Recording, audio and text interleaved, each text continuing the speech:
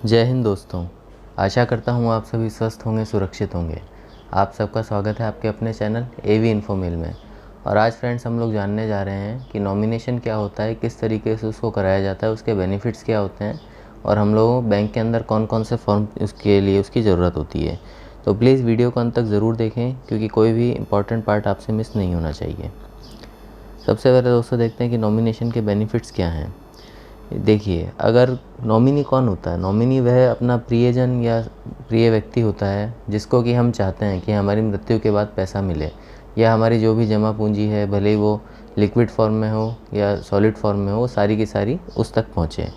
तो दोस्तों, नॉमिनी को हम लोग अपने सेविंग बैंक अकाउंट में, लॉकर में जो भी हमारा पैसा होता है या लॉकर का सारा सामान होता है, वो हमारी मृत्यु के बाद हमारे जो नॉमिनी होता है उसको दे दिया जाता है। इसके लिए कोई भी कोर्ट से अलग से कोर्ट ऑर्डर या फिर सक्सेशन सर्टिफिकेट, जिसको कि उत्तराधिकार प्रमाण पत्र भी बोलते हैं, वो उसकी कोई ज़रूरत नहीं होती। सिंपल सा एक फॉर्म होता है, वो जाकर के बैंक में भरना होता है और उनको बताना होता है कि साहब ये हमारे थे मिलने वाले या हमारे परिवार के सदस्य थे जिनकी मृत्यु हो गई है और इस खाते में हमारा नॉमिनेशन है, तो आगे की कार्यवाही उसके हिसाब से की जाए।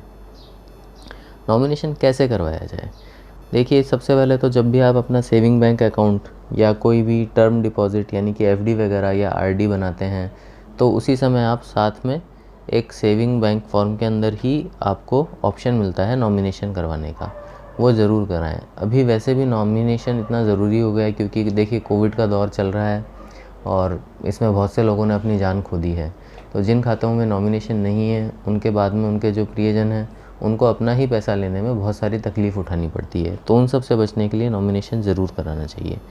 ऑनलाइन बैंकिंग, जो कि आप ऑनलाइन अगर एफडी बना रहे हैं, आरडी बना रहे हैं, पीपीएफ अकाउंट खोल रहे हैं, तो उन सब के अंदर भी नॉमिनेशन आप लोग ऑनलाइन माध्यम से अपना कर सकते हैं। शाखा में जाते हैं तो DA-1 फॉर्म आता है, उसको जमा करा कर के भर के आप अपना नॉमिनेशन करा सकते हैं किसी भी व्यक्ति का जिसको कि आप चाहते हैं। लॉकर अगर आप इशू करवा रहे हैं तो लॉकर इशू कराते समय SL-1 फॉर्म आता है, उसकी मदद से आप लोग नॉमिनेशन कराते हैं। पीपीएफ में अगर नॉमिनेशन कराना होता है, जो कि पब्लिक प्रोविडेंट फंड होता है, तो आपको फॉर्म ई भरना होता है और उसके अंदर 2 गवाहों के हस्ताक्षर होते हैं। जो भी अगर आप लोग सिग्नेचर करते हैं तो नॉमिनेशन ईज़िली आप करवा सकते हैं बिना किसी गवाह के। लेकिन अगर आप अंगूठा लगाते हैं तो आपको 2 गवाहों के हस्ताक्षर के साथ में ज़रूरत पड़ती है आइडेंटिफिकेशन के लिए। इसकी एलिजिबिलिटी क्या होती है? देखिए, सेविंग बैंक अकाउंट या जो पीपीएफ बैंक अकाउंट होता है, इसके अंदर आप नॉमिनेशन करा सकते हैं। अगर आपका जॉइंट अकाउंट है तो भी आप करा सकते हैं। अगर सिंगली ऑपरेटेड है तब तो कराना ही है मैंडेटरीली, क्योंकि उसके बाद उसका कोई भी उत्तराधिकारी नहीं है बैंक के हिसाब से। लेकिन अगर जॉइंट अकाउंट है तब भी आप लोग नॉमिनेशन करा सकते हैं। अगर आपका सोल प्रोप्राइटरशिप अकाउंट है तो भी आप उसके अंदर नॉमिनेशन करा सकते हैं।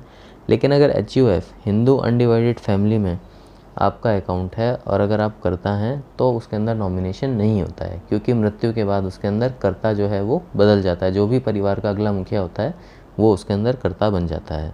पार्टनरशिप का अगर अकाउंट है तो उसमें नॉमिनेशन नहीं होता है। नॉन इंडिविजुअल अकाउंट यानी कि आपका कोई फर्म का अकाउंट है या कोई ट्रस्ट का है या कोई सोसाइटी है, कोई कॉरपोरेट बॉडी है, या पावर ऑफ अटॉर्नी आपने अगर किसी के नाम पर इशू कर रखी है, POA, तो भी आप उसके अंदर नॉमिनेशन नहीं करा सकते हैं। माइनर्स जो होते हैं उनमें नॉमिनेशन नहीं होता है। और जो सेफ़ डिपॉज़िट होता है यानी कि लॉकर होता है, तो लॉकर के अंदर भी आप लोग नॉमिनेशन करवा सकते हैं। इसी के अलावा अगर सेफ़ डिपॉज़िट आपका जॉइंट में है, अगर 2 लोगों ने लॉकर ले रखा है जॉइंट फॉर्मेट में, तो उसके अंदर नॉमिनेशन नहीं होता है। अब आपको नॉमिनेशन से जुड़ी कुछ जानकारियाँ बता देते हैं।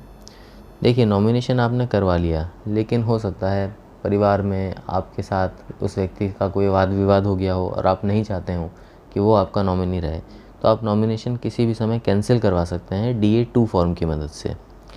अकाउंट में आपको नॉमिनेशन चेंज करवाना है क्योंकि अब आपने पहले वाले का कैंसिल करा दिया, लेकिन ये भी तो ज़रूरी है ना, वो नहीं तो कोई और सही, जो भी आपके परिवार में दूसरा आपका निकटतम व्यक्ति है तो आप उसका नॉमिनेशन करवाएंगे, तो उसके लिए DA-3 फॉर्म लगता है जो कि आपको बैंक से मिल जाएगा। एक विशेष बात इसके अंदर ध्यान देने योग्य है, हर खाते में एक ही व्यक्ति को नॉमिनेट किया जा सकता है। और ये ज़रूरी नहीं कि आपके मान लीजिए एक सेविंग अकाउंट है, 5 एफडी के अकाउंट हैं, आप चाहें तो सभी खातों में सिंगल एक व्यक्ति को नॉमिनेट कर सकते हैं, और अगर आप चाहें तो आप अलग अलग व्यक्तियों को भी नॉमिनेट कर सकते हैं, लेकिन किसी एक खाते में एक ही व्यक्ति का नॉमिनेशन होगा।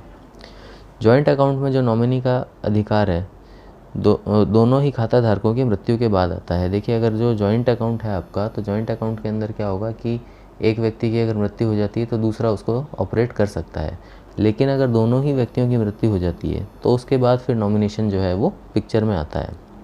अच्छा, नॉमिनी की डिटेल, जैसे किसी के परिवार में अगर मृत्यु हो गई और उसको नहीं मालूम कि उसमें नॉमिनी किसका दिया हुआ है, कैसे पता करेंगे? या तो आप बैंक जा कर के पता कर सकते हैं, या फिर जो आपकी नॉमिनी की डिटेल होती है वो सेविंग बैंक अकाउंट के अंदर प्रिंट भी होती है, पासबुक के अंदर, तो वहाँ से भी आप लोग देख सकते हैं। एफडी वगैरह हैं तो उसके ऊपर भी प्रिंट होता है नॉमिनेशन, तो आप लोग उसमें देख सकते हैं।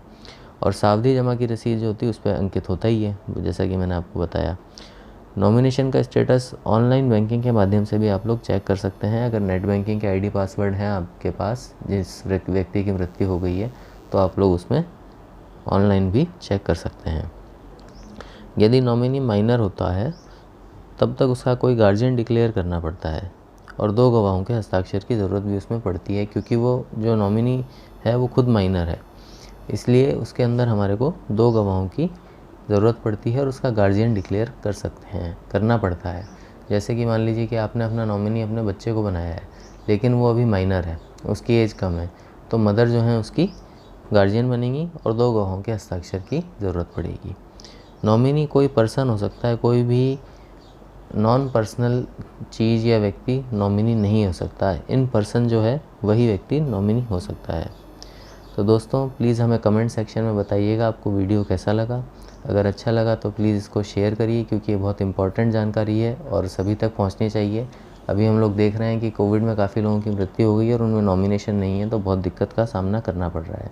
बेल आइकन को प्लीज़ क्लिक करके रखिए ऐसी जानकारियों के लिए, और इससे भी अधिक और इन्फॉर्मेटिव जानकारी जानने के लिए हमारे चैनल को सब्सक्राइब करिए। Thank you.